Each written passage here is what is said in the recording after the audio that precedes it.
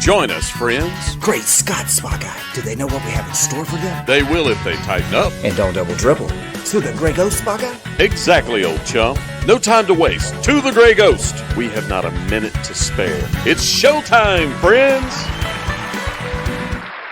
All right. It is the Spa Guy, and once again, it is Globetrotting with Trey.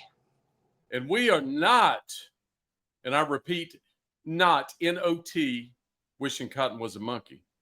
But we know that there's a lot of people that are out there. And I mean, there are people wishing cotton was a monkey. And let me explain to you what that means. They're pretending like things are not as they actually are. Truth, lie. Two completely different things, but truth is a constant. It is real. There is a such thing as truth, and there's people trying to pretend like that is not a constant.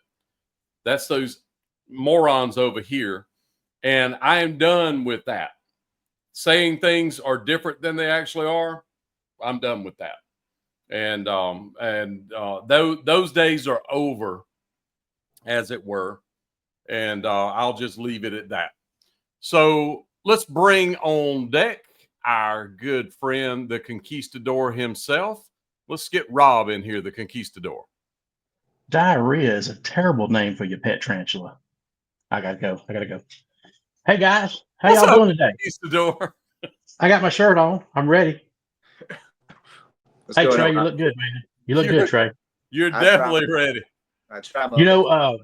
When I was answering, I was looking at some of the comments people made on the previous podcast, and there were several people that agreed with me that Trey looks like the Jesus from South Park. Several people agreed with it and said, they said they've been thinking the same thing for a long time. So, wow. Yes. Well, I guess I need to be in a cartoon. Well, yeah. I mean, honestly, that's not a bad thing to be compared to. I mean, really, that's kind of cool. You know. Yeah. Better Jesus than Jesus. Yeah. Jesus, because then you got to, Well, look, Jesus, I'm sure Jesus was just a handsome fella. I mean, he was Jesus. Absolutely. So, I mean, sure he was. I don't know if the Lord was, was a ladies' man back in the day. I doubt it. Because, I can tell you that he wasn't. So, do what? I can tell you that he wasn't. Of course. See, I know that Jesus wasn't. So, but he was a handsome fellow, I'm sure. Yeah. Yeah, he hung out with Mary Magdalene. Right. I get compared a whole lot to Charlie Brown, sadly. But was that you? What? No, I don't see Charlie Brown. Yeah, you look like Charlie Brown. That's what I get a lot. But anyway. Yeah, but Rob has the Hulk Hogan thing going though. With the full Manchu or whatever you call it. Yeah, this is called a biker handlebar mustache. So if you go to Google it, you have to Google because if you do handlebar mustache, it's the curly Q Paul thing. Tuttle. He looks like Paul Tuttle. Well, that's what I was going to say. I was expecting his son to come out with the Harley, with the chopper anytime. Yeah, you do kind of look like him now. I see it. Yeah. He's on a coke run right now. The son is. Next week, Rob, get a bandana like Hulk Hogan, and let's just. If you wore a bandana on the show. Yeah. That would be cool. Get a necklace, like a cross necklace or something. Yeah. You got the tan going, so. Yeah, well, thanks to my tanning bed, I got the tan going. So. Tanning bed, oh Lord. Hey, you can't hide money. Well, no. This weekend's the drag race in Charlotte, so I'll be in full sun for 3 straight days. And what I do about 5 days prior to any kind of event like that, I get in the tanning bed a little bit. And it actually keeps me from burning. I won't burn at all. My lips might burn, stuff like that, but my skin will be fine. Yeah. Wow. Yeah. Yeah. I used to have to go, pay to get in the tanning bed. I didn't have one at the house. Yeah, well, a good friend of ours, Heather used to work for him. He owned a tanning salon. He had 2 locations, and he shut one down. And one Saturday morning, he came by the house with a first generation tanning bed, with a dial, nothing fancy, on his truck, and said, "Y'all want it?" And I was like, "I'd love to have it, but he says, I'll even wire it for you for free." I said, "Okay." So he did. He wired it and everything. So now we have a tanning bed, but new bulbs were already in it. So it is kind of cool to have that. That's a good deal. Yeah, it was pretty good deal. There's people trying to get away from the sun, and you go lay in it in a bed. So Well, fat looks better tan than it does white. It just does. You know, it's more I didn't appetizing. know that, but that's good information to have. Well, you know what I always say, right? The Thanksgiving turkey, when it goes in the oven Thanksgiving morning, nobody's in the kitchen. Nobody cares. It's a pasty, white, bloated hunk of meat. But when it comes out, everyone's like, oh, licking their lips. Everybody's like, I can't wait to get some of that turkey, man. So That is a good point. yeah. I mean, I can't argue with that, Conquistador. I can't argue with that. The only problem with me tanning is when I get done, the room smells like fried chicken. And I'm not even kidding about that. You're going to laugh, but it really, truly smells like somebody is frying chicken when I get done tanning. So, well, that is something else. So let's get the ball rolling here on that note right there. Yeah.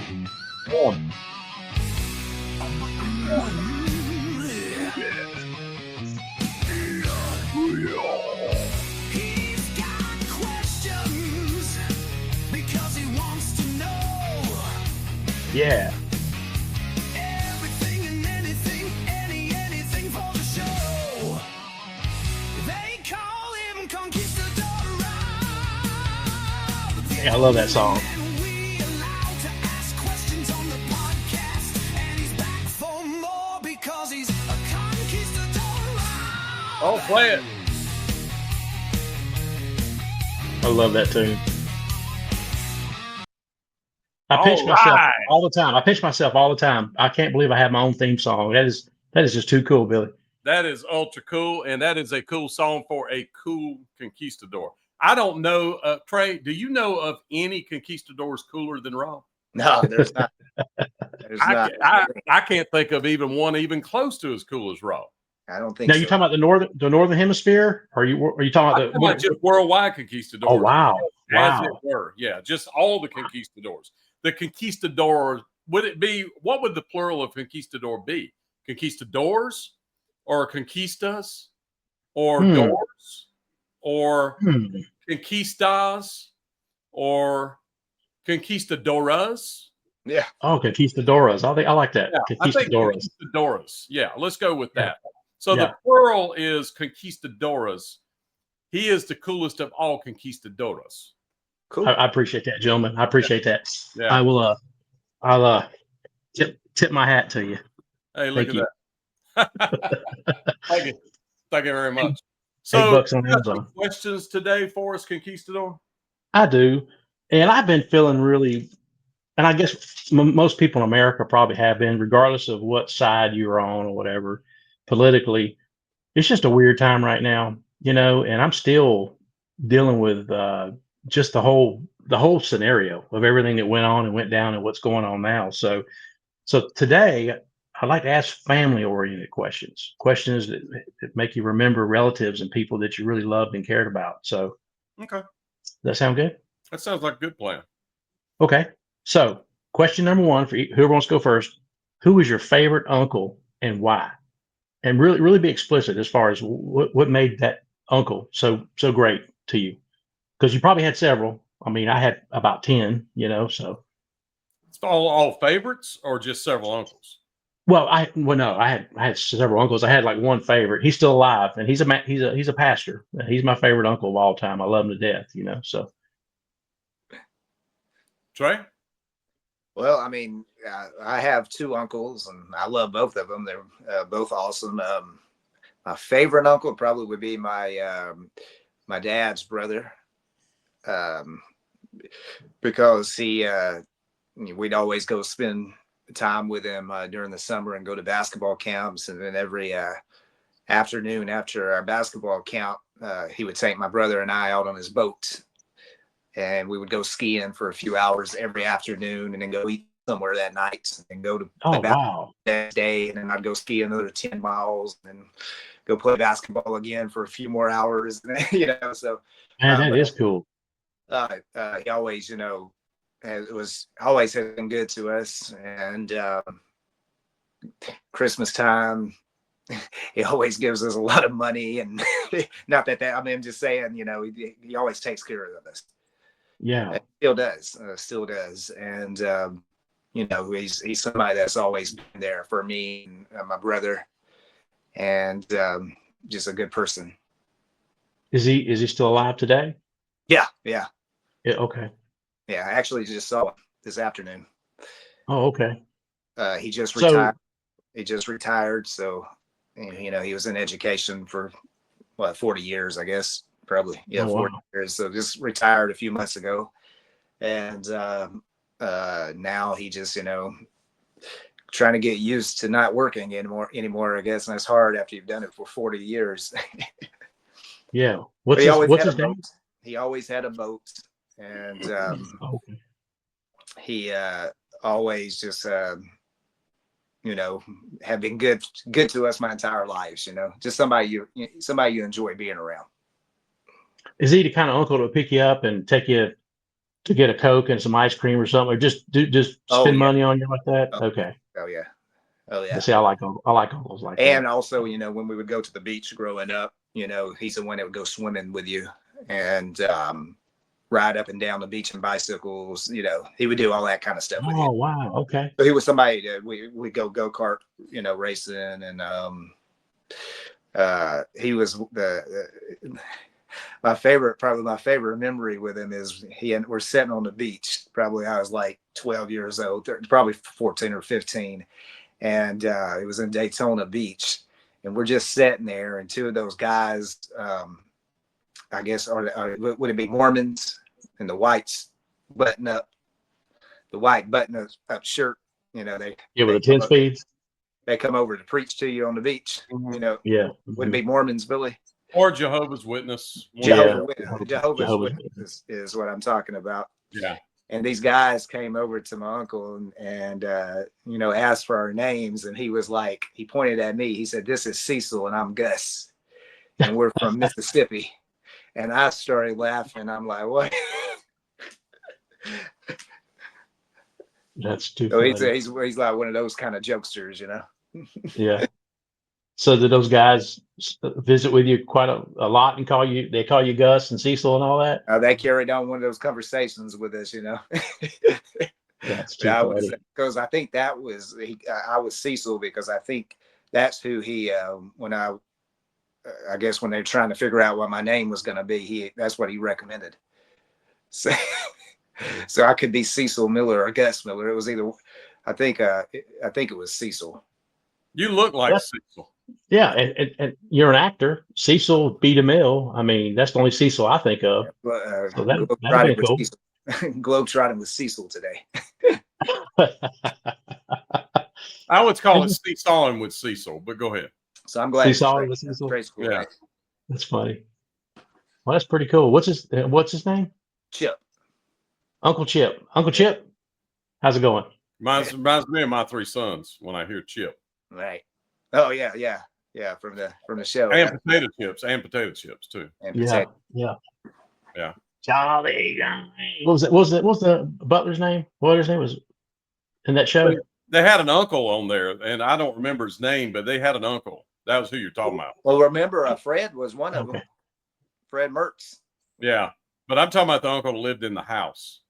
Yeah. Okay, I thought he was their butler. Okay, I didn't know that. I don't think he was I think he was an uncle, but I could be wrong. Yeah, it's been a long he was the time. old crotchety old guy, whatever. Yeah. It was always Yeah, I was thinking that was an uncle, but I could be wrong. It's been a long time since I've seen that. Well, my mom named me from that show, Robbie. Yeah, my three sons. Yeah, that's where she got my name from that TV show, and that's the truth. Not being funny. That's true. Honestly, God, true. So, all right, Billy, who is your favorite uncle and why? Well, there's a couple. There's two that specifically come to mind. My mother's brother. In fact, he called me Sunday. I was pulling up to the. They were having a candlelight memorial service for Charlie Kirk, and as I was pulling up, he called me, so I had to wait. I talked to him about 15 minutes. Hadn't heard from him in a long time. But when I was a little boy, when I was a kid, I remember him.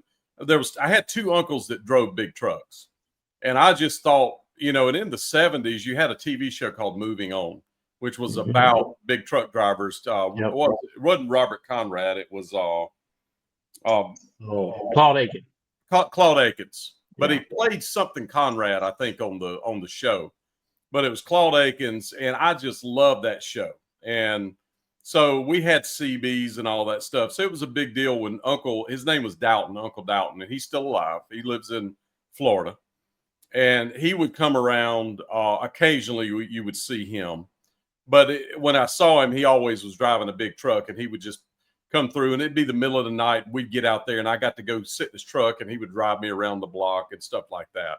That's So cool. that's one of them. My other one that was really kind of a role model, and still is in a lot of ways, is my dad's younger brother, Uncle Bobby. Bobby is only a year younger than my dad, and my dad would be 80 right now. So I'm thinking Bobby is 78 or 79. But Bobby drove. He was always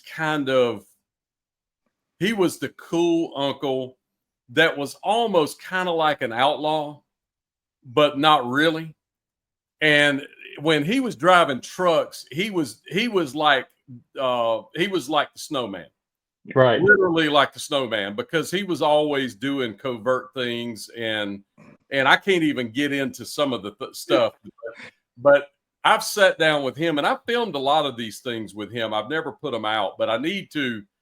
The problem is a lot of times when I filmed with Uncle Bobby, there was crowd noise, so you can't hear him very well. But I need to start putting some of his stuff out. He's got fascinating stories because he traveled the world, or traveled the United States in a big rig, and did that for many, many, many, many, many years. In fact, my Aunt Carolyn, his first wife was named. They had daughters, Joanne and Pam, and her name was Aunt Barbara. And I remember Aunt Barbara and Joanne and Pam. When I'm talking about a little boy, I'm talking about 4 or 5 years old. I remember them. But then he remarried Aunt Carolyn, and Aunt Carolyn was kind of an entrepreneur, and he was kind of an entrepreneur too, but he just needed to have it controlled. And so they have built an empire, those two.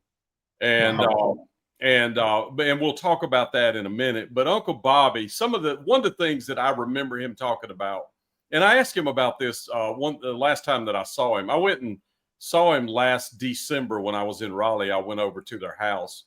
And we actually went to their house with my dad probably last September, October, whenever it was that I went to North Carolina to visit my dad. And we went to Uncle Bobby and Aunt Carolyn's house, but they were at the beach. They have a place at the beach. And so they didn't get to see him. Sadly, my dad passed away just maybe a month after that. So that may have been the last time that they could have seen Dad. I'm not sure of that. But anyway, Bobby told me a story about him. He hauled transformers, and I think the name of the company was Ward Transformers from my memory, WARD.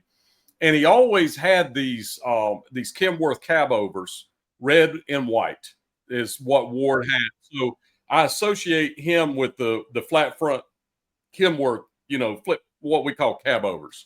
Yep. And I never really saw him drive a conventional, which is the one like Robert Conrad drove with the long nose on it.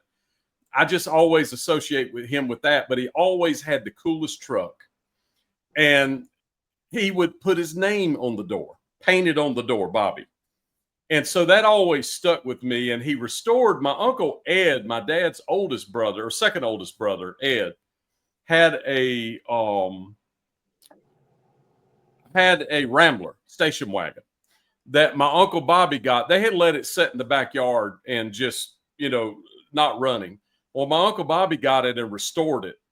And I remember, I think it was painted gold, and he had Bobby on one door and Carolyn on the other door, hand painted. And I just thought that was the coolest thing I have ever seen. So when I started the Spa Guy and got service trucks, service vans, all of my vans, whoever the driver was of that van, their name was on the door. But now mine was stickers. Mine wasn't hand painted. But I did that because of Uncle Bobby, because of his influence. And but anyway, he told me a story where he got locked up. He got locked up so many times. And Aunt Carolyn would tell me about him being in the truck and running down these hills, running 120 and 130 and outrunning the cops, all this stuff. He was that guy in the big rig that was breaking all the laws, just like the snowman, you know. And he lived it out in real life. And and I think the world of him, has a very interesting laugh. And I'll see if I can impersonate his laugh. I don't think it's been so long since I've done it, but he laughs kind of like something like, I can't even really do it. I can't do it justice, but he has a very unusual laugh. That's but funny. anyway, Uncle Bobby he told me he got arrested because he had a transformer. And what I'm saying, transformers, you know, you've seen the round ones like on a telephone pole. He held the giant ones like you see at these giant electric grids. Yeah, my dad built those. That stick way up. So he would haul those. Well, this one was taller than the tunnel he was going through. And so the top of it caught the tunnel and started knocking tiles off. And it drug and knocked tiles off all the way through the tunnel, all the way to the other end. So when he got to the other end, by the time he got there, the cops were there and they arrested him. And just stuff like that happening.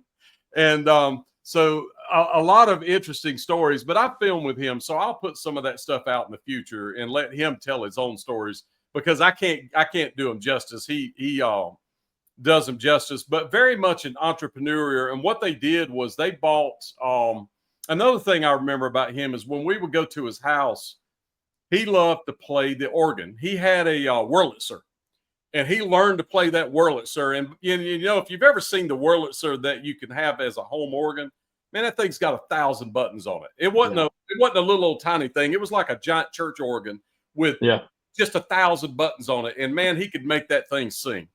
And he was just an interesting character.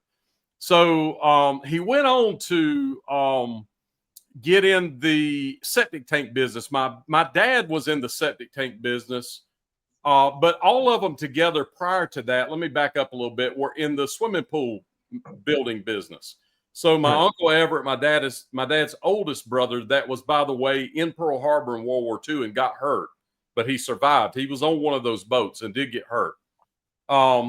He was building swimming pools. So then my Uncle Rafford, my dad's brother, which I think would be a third in line as far as age. Then my dad got to building swimming pools, and Uncle Bobby kind of stayed out of it and drove trucks. And then my Uncle Ed kind of stayed out of it. He worked for Martha White Flour. And if you know what I'm talking about, the Martha White Flour, he was like a regional salesman for Martha White. But he was an entrepreneur as well, and he went on to manufacture septic tanks and manufacture concrete lawn art and all that kind of stuff. And I actually did a video. I put one out just a couple of weeks ago on the Weekly Spa Guy channel, where I go back to that place where that was. I would work there as a teenager and help them build the septic tanks. And when I say build, we had forms and you poured septic tanks. They were made out of concrete. And then I would make the bird baths, and I would make the seats, the benches, and the tiles, the stepping stones. You know, we would make those.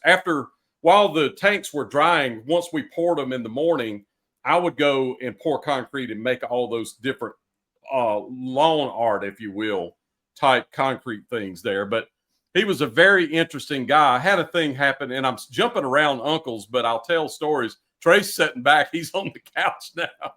My back was hurt. I'm so sorry, Trey. I've just got a lot of memories from these uncles. Uncle Ed was the one that I was outside there. I would sit because we would make these. We had forms that we would take.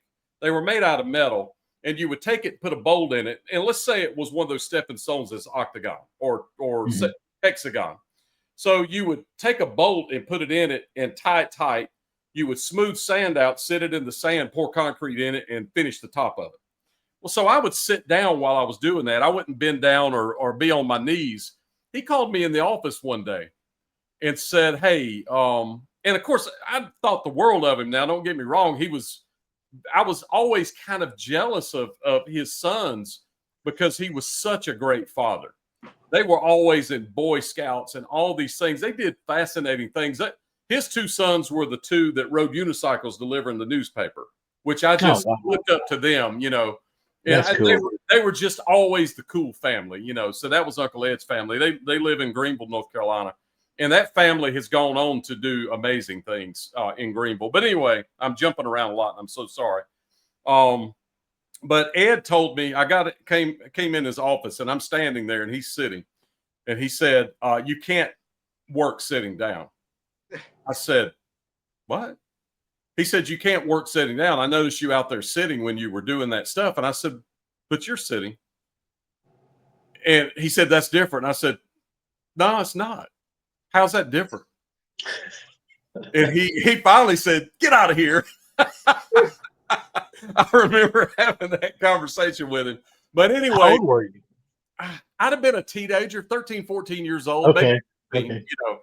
And but anyway, the reason I'm talking about Ed and about that is because the family kind of transitioned into septic tanks at that moment. In fact, my dad created a valve and has a patent on a valve they call it a dial-a-flow that's in septic tanks that my dad made a lot of money on and sold a lot. And it's still in a lot of counties required for septic tank installation. And Wow. my dad's invention is the reason that you have plastic septic tank junction boxes now and plastic septic tanks because of his invention. But anyway, my Uncle Ed started manufacturing, and my dad was building swimming pools. My Uncle Everett always built swimming pools till the end of his life, but Dad started doing septic tanks, and I installed septic tanks as well and learned that art from him. And that's how I learned to run the backhoe, because we built swimming pools with the backhoe and septic tanks and all that. But anyway, Uncle Ed would diversify. He built septic tanks. Well, he decided he was going to build or get in the porta potty business. So they started doing porta potties. Well, then he started manufacturing porta potties. And I think my Uncle Bobby made them.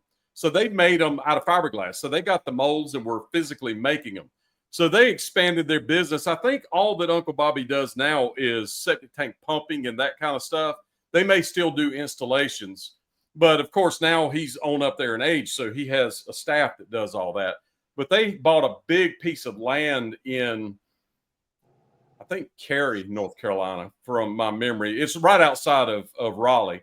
That's worth millions and millions and millions and millions. Now, when he bought it, it was out in the boom booms.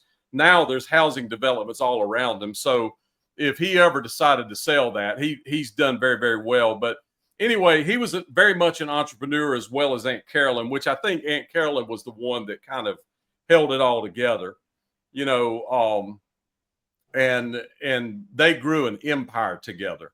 But Uncle Ed did as well. His sons went on to have, they went on to do storage units and these storage pods and porta johns. My cousin's is called Jim's Johns. That's out of Greenville, North Carolina. And then my cousin Scotty had Scotty's Potties. And then in Raleigh, it was Stallings Rent-A-Johns. So around North Carolina, my family had all the porta potties and the septic tanks, and you know, they were huge in that business. Of course, Uncle Ed's passed away. My cousin Eddie, that did very well in that business, has retired now. He was a cousin I looked up to. He was one of the two that rode the unicycle delivering the newspaper. Jimmy was the other cousin that he's still in the business. That's Jim's Johns, and he's doing very well. But those guys were always entrepreneurial. I remember helping them roll newspapers when I was a kid, and they were delivering newspapers on unicycles. So that family was someone that I looked up to, and my Uncle Bobby and Aunt Carolyn were people that I looked up to that ran these businesses and turned them into empires. You know, so that was kind of, they were the reason, the catalyst for me getting out, because in my early life, I worked for someone else.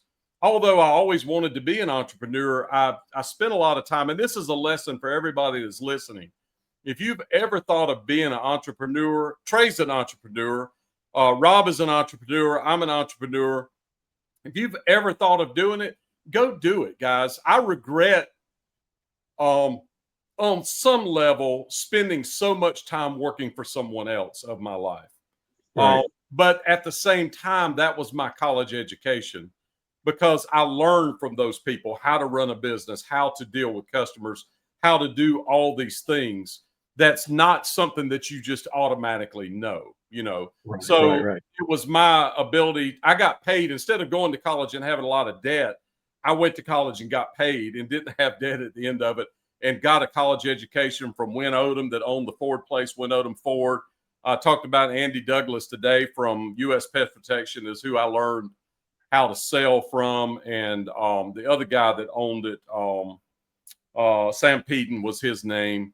So I've learned from a lot of people through the years how to be an entrepreneur, how to run a business, how to grow it, how to market, how to do things that create a niche for what you're doing. You know, in the hot tub business, there really isn't anybody like me. And I'm not saying that in a bragging way. I'm just saying that I compete with these giant companies that have never probably worked on a hot tub in their life. I'm Right. different because I worked on hot tubs. I know what people need to fix their tub, what service techs need, what people run into in the field. And I took that knowledge and created the Spa Guy and sold tubs, built tubs, did service. Now I sell parts. And I use that knowledge of working on hot tubs and stuff to create a parts. I hate to use the word empire, but Yeah, it's doing pretty well. And- You know? Yeah, it's an empire. Yeah, and I'm very, very, very blessed. But God, you know, let me give all the glory to God. He allowed me to do this. It doesn't belong to me; it belongs to Him. But He gave me the abilities to do it. It was up to me to do it. And I want to share something that my mother taught me, and that is, God's part you cannot do, your part God will not do. So if He puts it in your spirit to go do something, you go do it. You've got, what I'm saying is, God's not going to just give you stuff. He will give you the ability to get stuff, but you have to go out and do the work.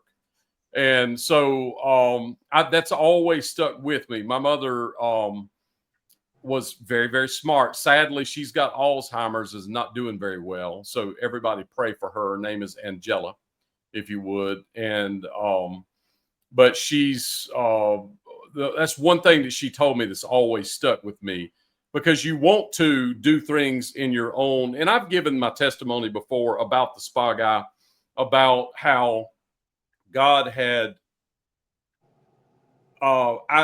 I was in a bad situation financially that I needed to switch jobs. I needed to start my company, but God kept holding me. He didn't release me to go do it.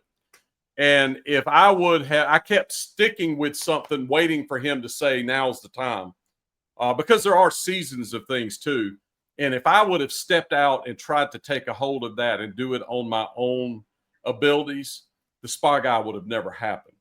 Because I waited, He lined up a job for me that ended up being something that led to the Spa Guy. And I also have to thank Don Bruce, which is the owner of American Home Design in Goodlettsville, Tennessee, which is just north of Hendersonville. Don is the one that had the company that had hot tubs that I worked for and started in the hot tub business there.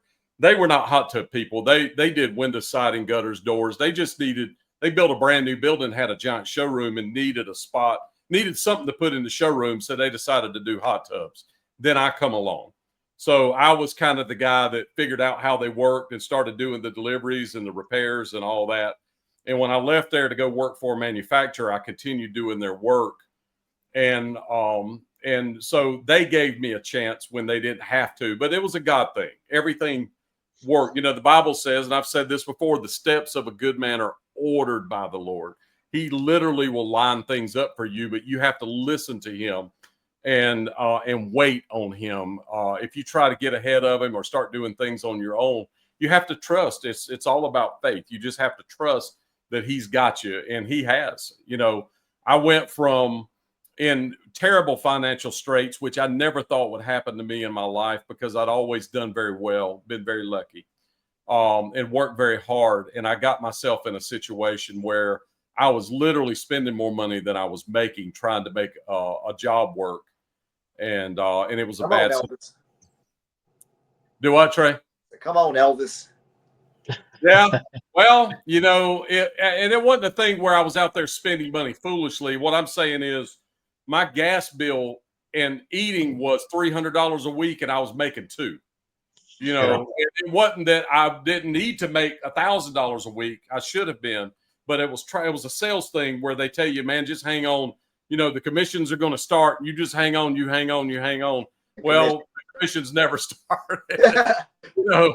And so I nearly lost my home at the time, and I nearly lost a lot of things, but God restored all of those things. And I think I've told that story before on one of these podcasts, but anyhow, we got a long ways from Uncle Bobby, but Uncle Bobby and Aunt Carolyn, I love them to death. I filmed with them some, and I will try to go, since we've talked about them, I'll try to go pull some of those things out and release some of those videos where I film with them.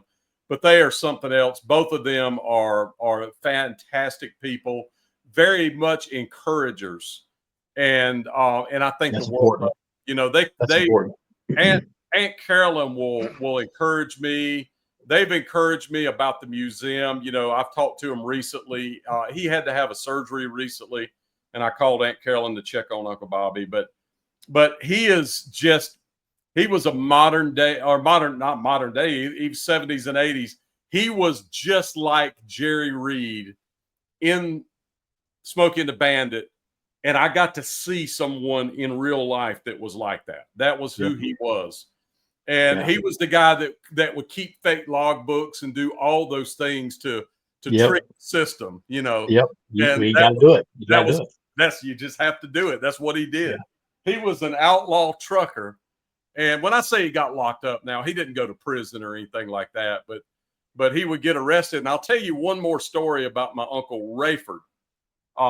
If we could stay on the uncle thing, is that all good? Oh, heck yeah. Yeah, that's fascinating. Hearing that about your uncle. So my Uncle Rafford was the one that he got my dad talked into. I think he was the middle brother. There was 5 of them.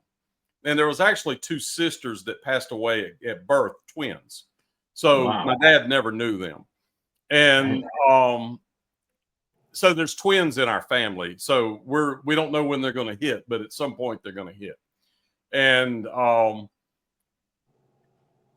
Rafford got my dad talked into going in the swimming pool business with him in Richmond, Virginia. So Trey's actually been with me to Richmond, Virginia. You remember, Trey, when we went and found the spiral staircase going down the James River. I remember that spiral staircase when I was about 5 years old because we moved there when I was about 5. Anyway, Uncle Rafford was a bit of a shyster. So he got Dad talked into that. And, of course, it didn't go well. They nearly lost everything because they trusted Uncle Rafford. And but he eventually got out of that. We came back to Greenville, North Carolina. Dad started driving a truck. So my dad's driven a truck as well.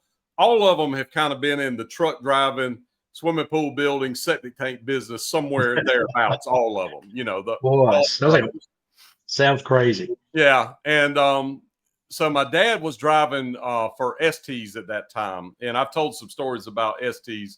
I've even gone to Washington, North Carolina and filmed those stories. I don't know if I put those out, but I will in the future. There's a crazy story about me and my brother going with my dad when we were not supposed to be with him. He would drop us off on the side of the road, go get the truck and come back and get us. And people would stop and say, "Why are you kids standing next to the road?" You know, that kind of thing. So it was quite a life. But anyway, Uncle Rafford, and I'm probably not going to tell this quite right, but I'll do my best to get it right. Uncle Rafford was the guy that he moved to Oklahoma.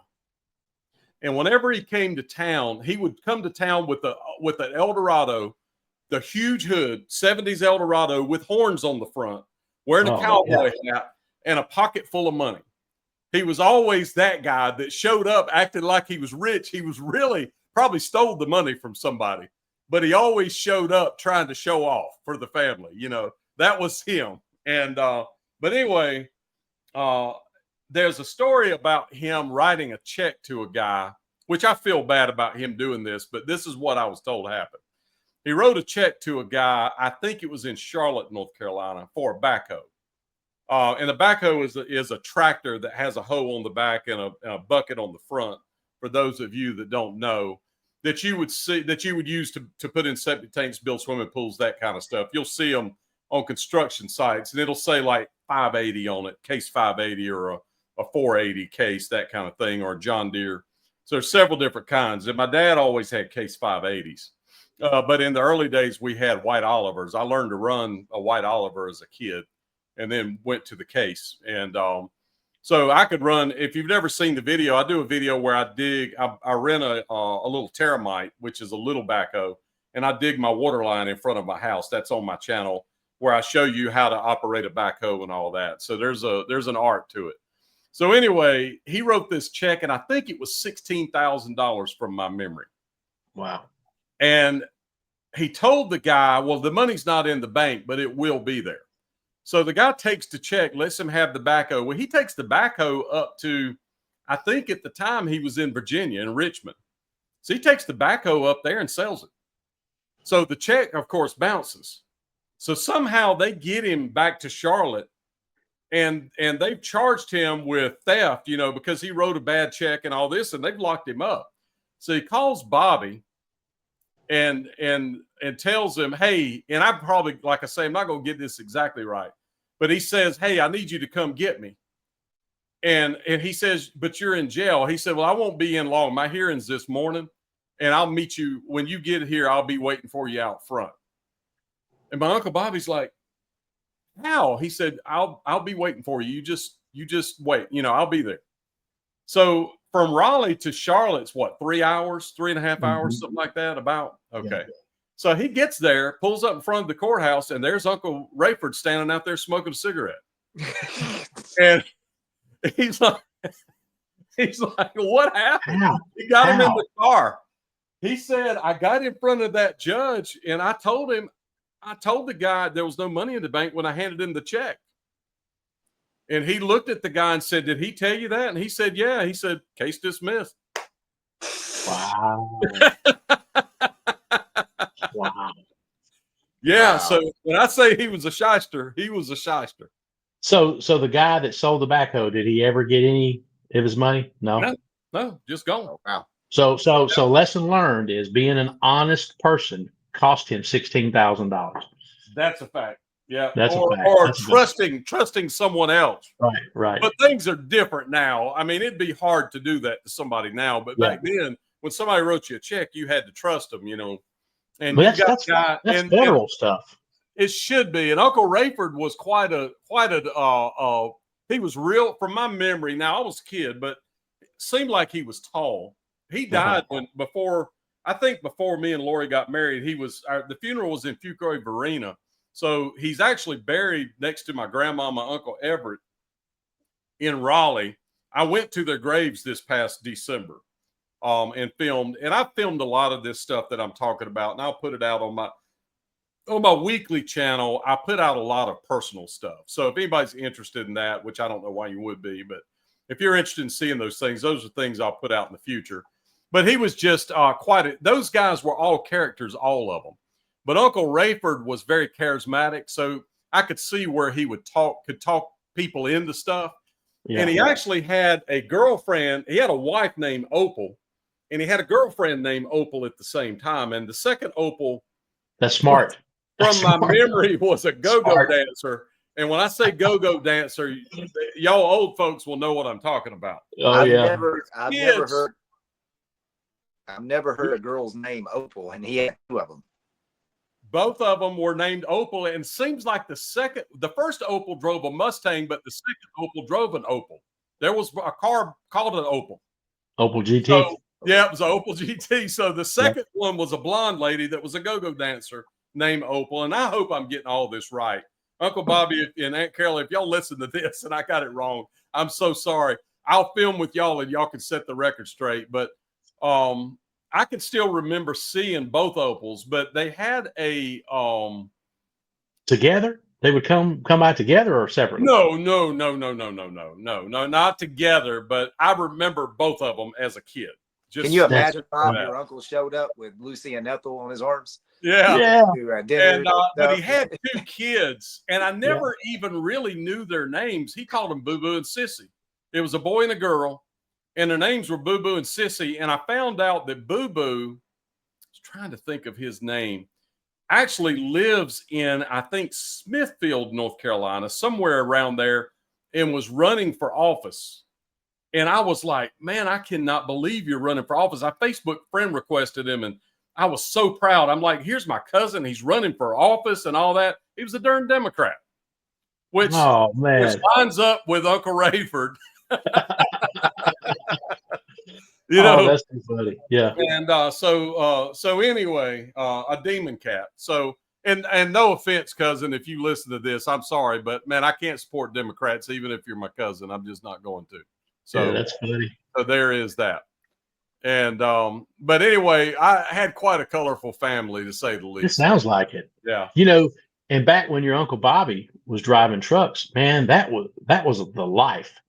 Truck drivers were revered. They were looked highly upon. They were Yes. renegades. They were rebels. They were real American. They were the American cowboy, basically, is what they were. That's 'Cause I've exactly heard- what it was like. When I see Uncle Bobby, I think of James Dean. Yeah, He was That's how they cool like work. James Dean. Yeah. that's how they were. Truck drivers looked out for each other. They had Yeah. each other's backs. They Yeah. said, I mean, I've heard my uncle was a truck driver. He said, man, you'd go into these small towns and they would have houses set up. You'd go in there and they'd give you a meal. You take a shower, whatever. They would give you a pedicure, a manicure, the whole deal. He said they treated truck drivers like they were gods almost. That's a And fact. kids wanted to be a truck driver. You know, you think about it. You had Red Sylvine truck driving songs. You had Dave Dudley singing 6 Days on the Road. You know, you had a lot of the truck driving. I found a picture. This is my Uncle Bobby. That's me, Uncle Bobby. He's wearing the trucker hat. That's Aunt Carolyn. That's Dana, my brother's wife, Vance. That's Dana's daughter. I believe that's Dana's daughter. It is. Dana and Vance's. That's my mother, and that's my brother, Vance. But How old's that's that picture? It's not very old. Well, she's got several kids and is married now. So I'm going to say it's 5, 6, 7 years old, maybe. That's okay. That's not too old. Yeah, but that's Uncle Bobby right there. I'll see if I can find a picture of him back in the He's, day. he's wearing that tall hat like the truckers did. That tall Hey, hat. that's the trucker hat, man. That's the thing. Oh man, I can't wear those. Even when I was truck driving, I couldn't wear those. No way, man. Well, you're not cool enough to wear that, Rob. I No, don't know. that's obvious. It's obvious I'm not cool enough. But yeah, that was cool. Those trucker stories. My uncle, you know, he was a truck driver for years, and even to this day, you can be on the phone with him. He'll call out route numbers and highway this and state road this and that. He remembers all that stuff. I don't know how he does it, but he does. Yeah, there wasn't no GPS back Oh then. no, And that's him in his shop at his house. And look at those Uh-huh. crab legs they prepared. When oh you yeah, go to his house, they have a shop out there with the whole kitchen, commercial Yeah. kitchen in it. So they would prepare. That's where we'd have family get-togethers and all that. So that's cool. next time I come up there, man, we need to Rob, me and you need to run to Raleigh and see Uncle Bobby and Aunt Carolyn and Trey. It's they're really cool people. Yeah, I have a tremendous amount of respect for the truck drivers. That's a hard life. I mean, especially back then. Took a man to drive those trucks. Those trucks didn't have power steering. They didn't have power brakes. They were uncomfortable, especially those cab overs. I've driven cab overs, and you have to get dressed and undressed, laying flat on your back Yeah. because the sleeper in a cab over, you can't even set up. You can't even set up like you're sitting in a chair in a cab over. You can't. So everything you do, you have to either do it on your belly or do it on your back, and that Wow. sucks. That sucks. Yeah. But you're right. The sleeper's tight in that thing. This is him and Aunt Carolyn in the kitchen at their now this is not in their house. This is out in the shop in the back. See that commercial Dang. kitchen? Yeah.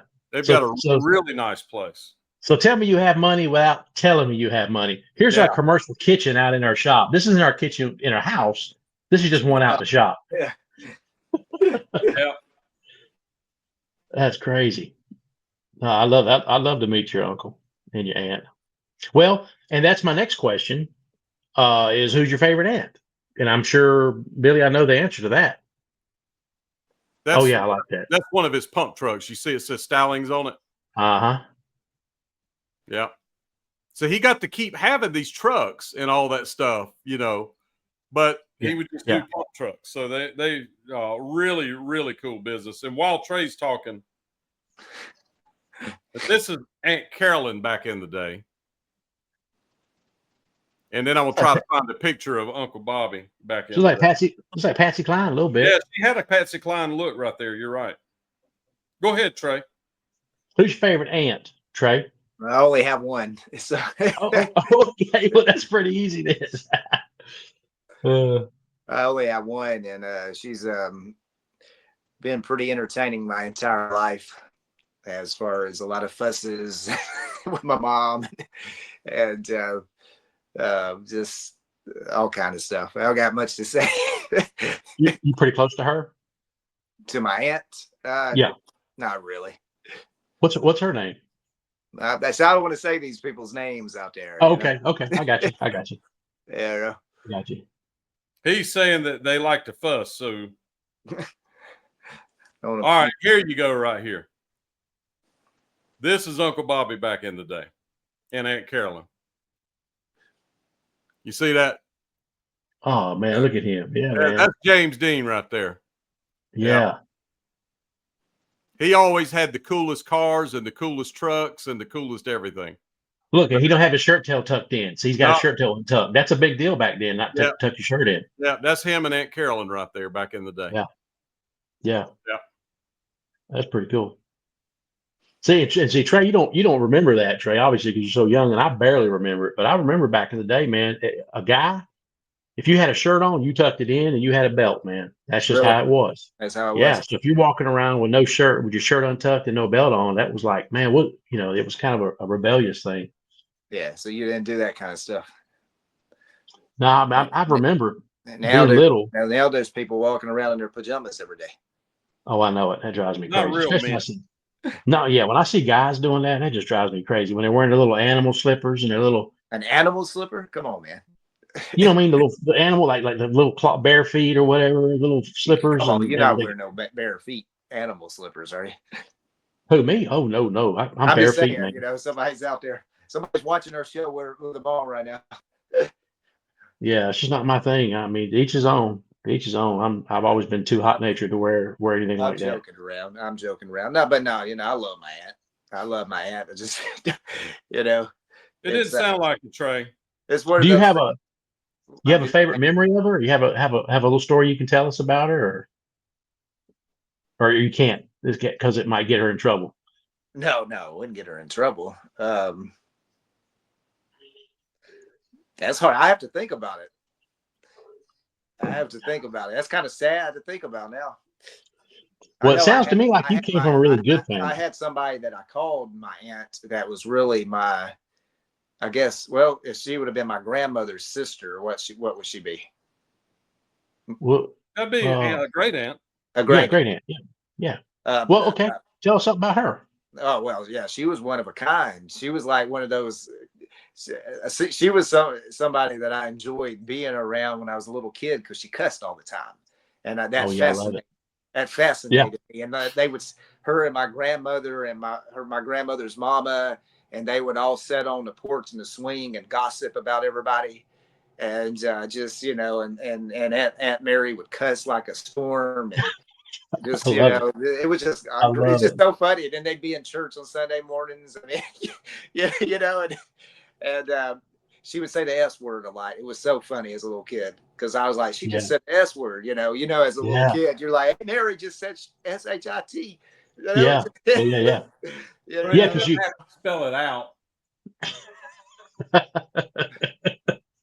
If you put an E, on the end of it, it's all right. And she said that I called one time over there when I was like a little kid, but I can't tell y'all the story what I told her for some reason. I don't know why I would say it. I got on the phone and said something to her, that she would always just laugh about. Yeah. I'll tell y'all off the air here. But that's funny. But you can imagine like all those old ladies, they would call and gossip. My mama would do that all the time. Like I remember I remember the power going off or something at the house, and somehow my mama was still on the phone talking about somebody in the dark sitting on her bed to her sister. Yeah. And like Yeah. they were just gossiping about people all the time, you know. Yeah. It's like from the Andy Griffith Show, they have an episode about the ladies gossiping, and then it ended up being Andy. They turned it on Andy, and they shared some kind of story to him, and he told somebody else, you know. Yeah. But they were entertaining to be around, let's just say. And Yeah. oh, but that's what it is. Aunt Mary would get, so her mom lived with her, and she ended up being like 94 or 95 years old, granny. And but oh man, Aunt Mary would go off on her mama. And, Really? and you know, she was a little old woman, you know, and Aunt Mary would get so mad at her. She would get so mad, and I would just be a little kid. Wait, I thought we weren't going to say her name. Well, y'all, you know, it doesn't matter. This is great. This is great aunt. He wasn't going to say his aunt's name, but it's great aunt. Okay. Yeah, they're not here anymore, so you know. But as a little kid, you would just be like, I would love it because of the fighting and fussing. I would just be so entertained because it was so funny. Yeah. So funny. That is funny. yes, Mama, all you do. You know, I need to do a movie. You know how like they do those movies, and just to do a movie like on them and make it real funny. Yeah. My I real quick, this ain't about me, but real quick, my mom's mom, South Louisiana, they're all, you know, it was my mom, my grandmother, and my Aunt Erling. She's passed away. But they'd sit on the back porch and gossip. I mean, just run all the men down. My dad would be out there with my grandpa talking about hunting and fishing, you know, just guy stuff. And my mom and I'd be at the kitchen getting a drink of water and be like, dang. And you know, if one of us happened to walk out there, they'd be like, oh, hey, honey, hey, baby, how you doing? You go back in the kitchen and you'd be like, he still wets the bed. Oh, really? And you're just like, holy cow.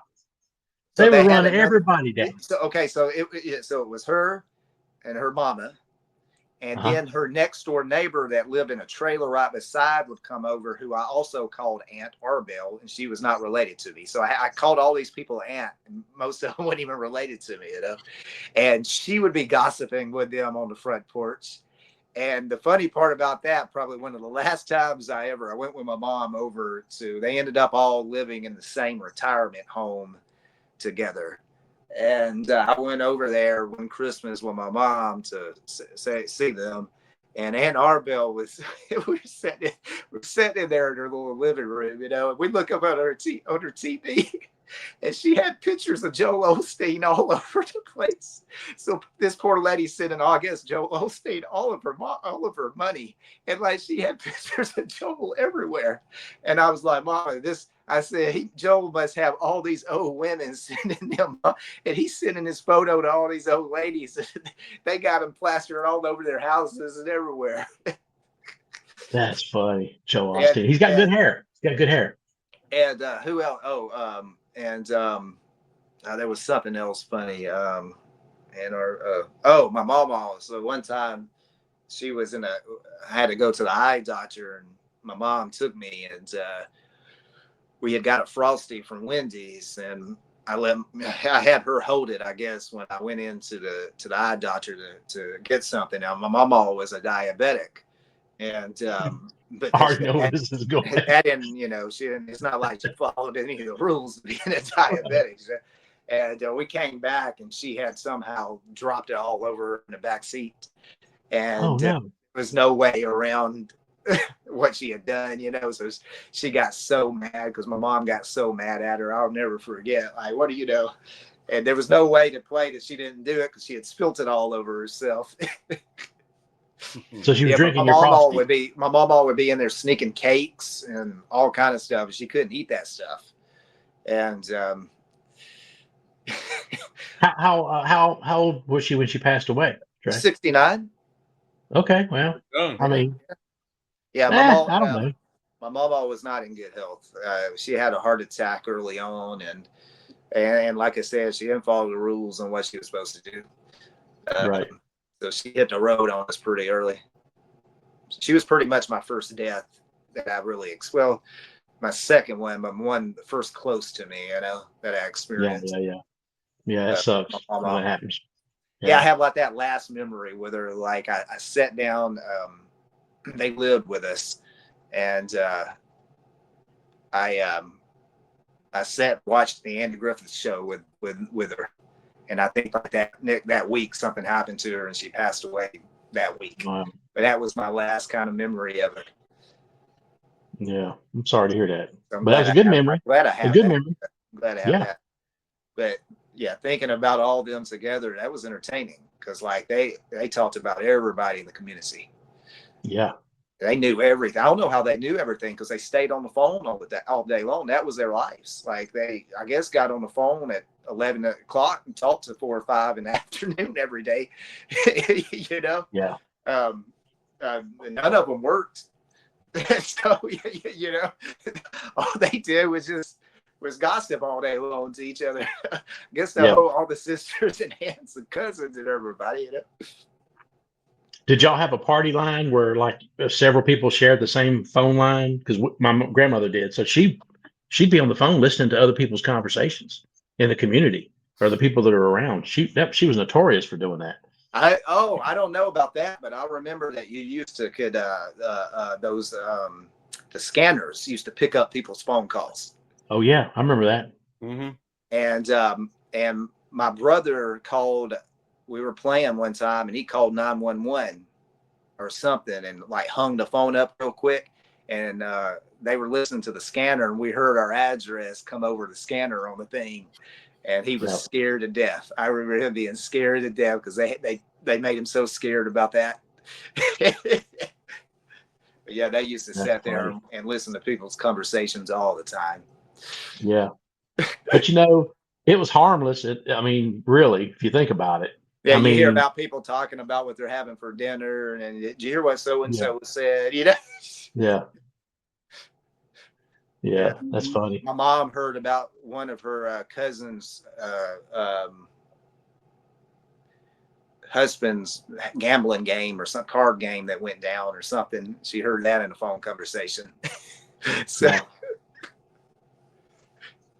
we hated going to visit my mom's mom because we would go down there. We lived about 2 hours away from them. We'd go see them about once a month. We would drive down and everybody was getting along. Mom and dad were getting along. Mom was getting along. We would come home and my mom would be so mad. She hate every one of us. She would hate my dad. She would hate me and my brother because of all her mom and sister all day. My mom would say, well, you know, Rob's not really doing good in school. Probably because he's doing dope. Probably because he's jacked up on marijuana. I mean, and my mom would just absorb all that stuff, all that negativity. And sometimes it'd be 2-3 days before she'd come around and actually talk to me and my brother again. And she would give my dad dirty looks. You were in the back seat, you know, my dad's driving, it's dark. So you just see the silhouette, you're in the back seat. And I would see my mother look over at my dad and just give him just these horrible looks in the middle of the night when he's driving home. Me and my brother were like, no, but me and my brother were happy because that took the heat off of us. You know, it was like, oh yeah, you keep hating on dad. Yeah, you keep hating on him. You know? But my grandmother was notorious for that, man. She would ask you a question like, hey, do you know about, you know, does your dad talk to you about the birds and the bees or whatever? And I'm a little kid. I'm like, yeah, dad said this or this or this. And it'd go back to my mom and be like, oh my gosh, the stuff that she would make up and add to the story. And it just got me in so much trouble all the time. So anyway.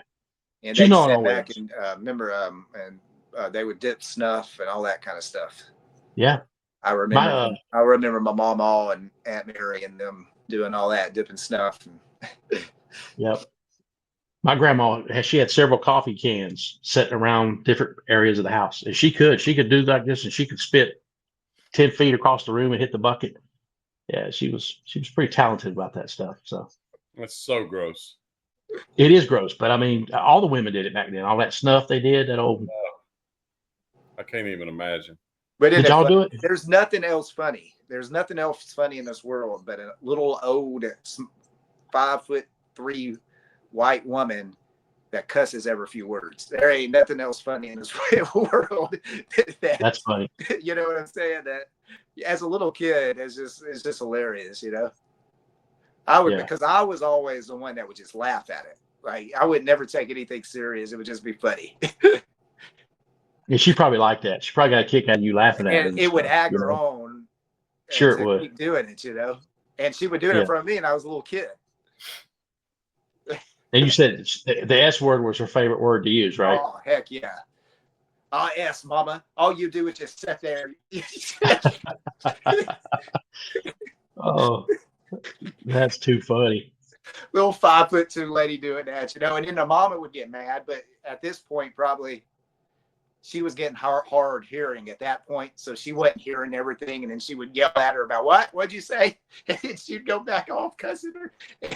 Go off I on her again. I guess I would tell my mama, is that how they do every day of their lives? You know, is it just Yeah. like this all day long in that house?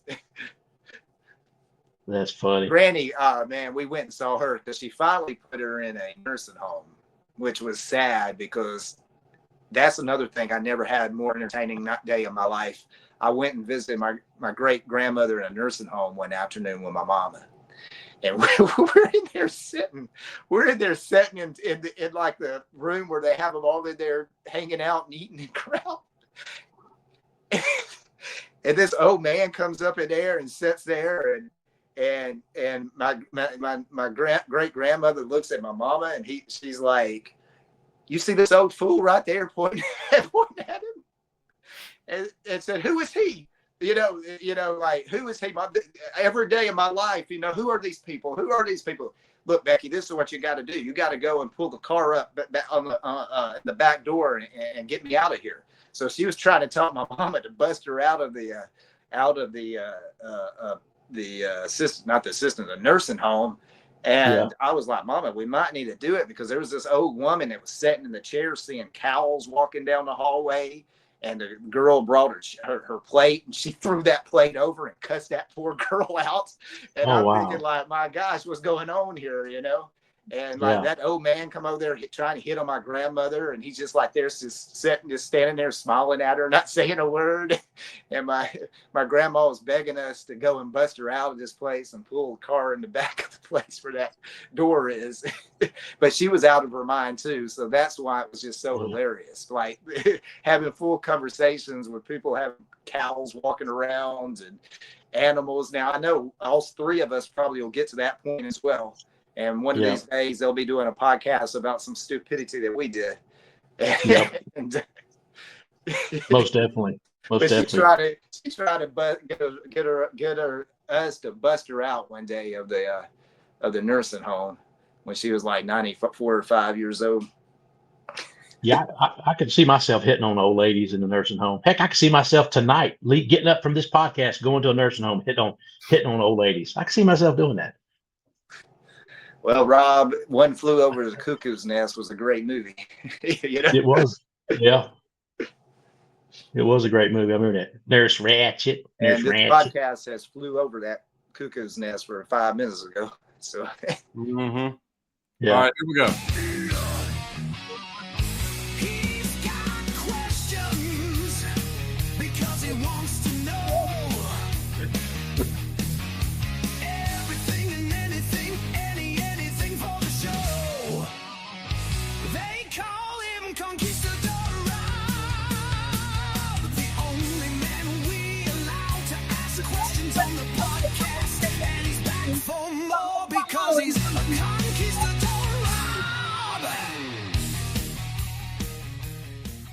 Well, thank you so much, friends, for coming today. Go ahead, Rob. I was going to ask you if you could play just 30 seconds of Trey's song. You know that part I like. The hook just gets me every time. I think it may be, this may be the hook.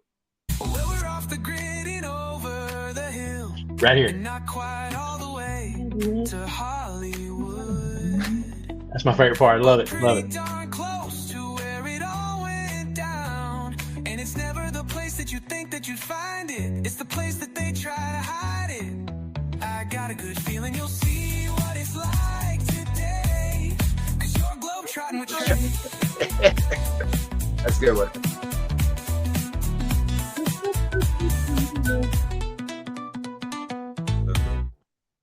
Love it. I Really love it, man. cool stuff. I'll blank, Rob. That was blanking good. Thank y'all so much for coming. Tighten up every chance you get. And don't blank and dribble. And word to your mother and them and Uncle Chip and Uncle Bobby. Amen.